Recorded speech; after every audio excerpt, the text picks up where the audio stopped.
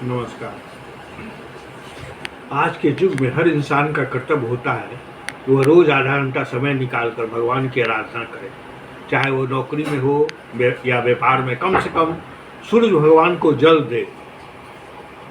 आज से 3000 वर्ष पूर्व वेद व्यास की पत्नी पिंगला, या नाम था उनका, वाटिका, वो सूर्य भगवान को जल दे रही थी तो उनके मुंह में ब्रह्म ज्ञानी तोता घुस गया और गर्भ में चला गया।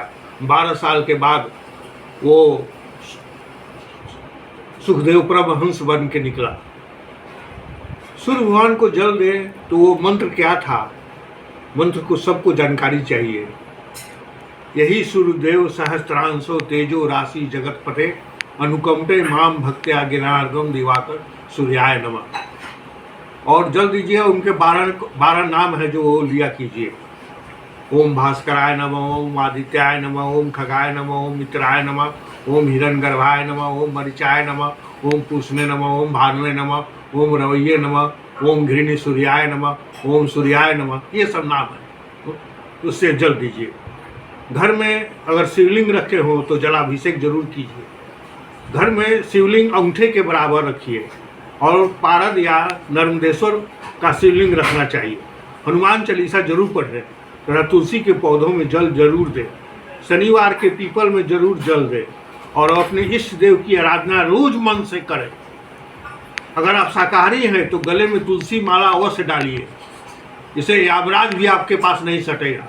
और रुद्राक्ष पहनिए, उससे क्या होगा आपको कि अकाल मृत्यु नहीं होगी। 2 मुखी, 5 मुखी, 7 मुखी भी पहन सकते हैं।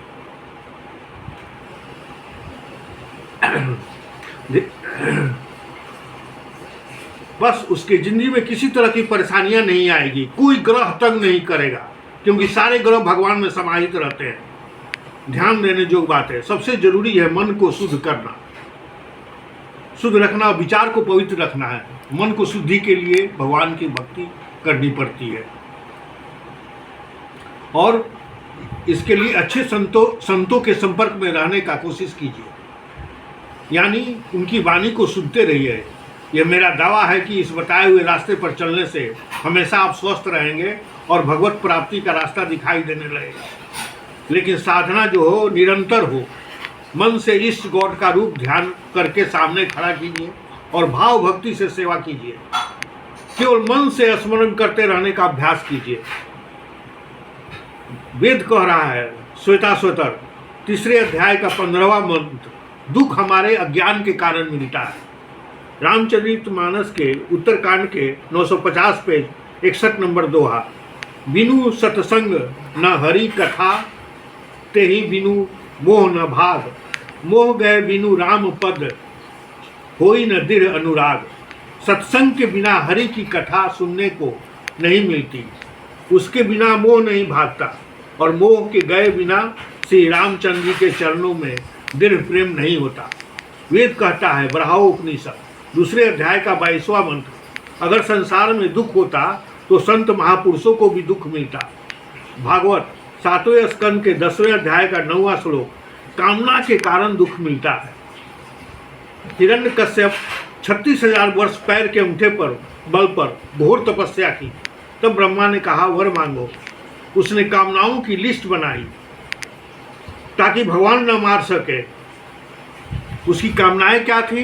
न दिन में मरूं, न रात में, न घर के बाहर मरूं, न घर के अंदर, न नर से मरूं, न पशु से, न अस्त्र से मरूं, न शस्त्र से, न धरती पर मरूं, न आकाश में। ये सब कामनाएं थी, लेकिन ईश्वर के आगे उसकी कामनाएं ध्वस्त हो गई। नरसिंह भगवान ने प्रहलाद से कहा, बेटा वर मांगो। 7वें स्कंद के 9वें अध्याय का 52वां श्लोक, प्रहलाद ने कहा, भगवान नरसिंह कुछ ढीले हैं क्या? 7वें स्कंद के 10वें अध्याय का 4था श्लोक, मैं दास हूँ, जो दास अपने स्वामी से कुछ मांगे वह तो व्यापारी है, दास है ही नहीं। प्रहलाद ने कहा, ये हमको बना रहे, मैं बनने वाला नहीं, मैं नारद का शिष्य हूँ।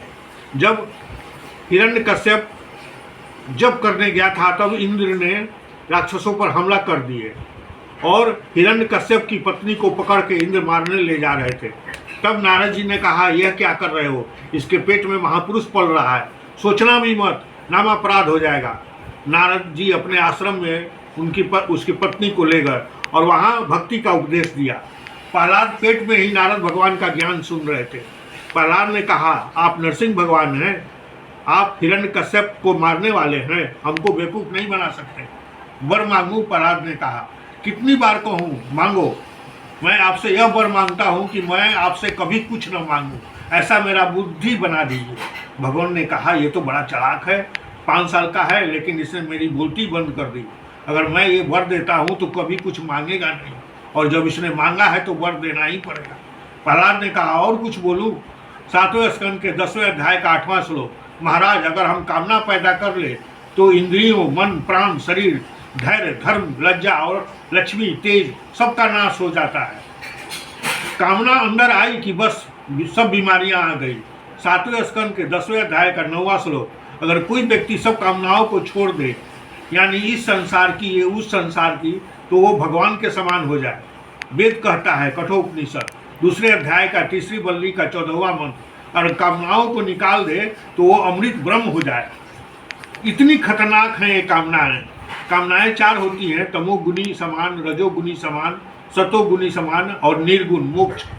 इन माया की कामनाओं से ऊपर एक दिव्य कामना होती है जो ब्रह्मानंद है।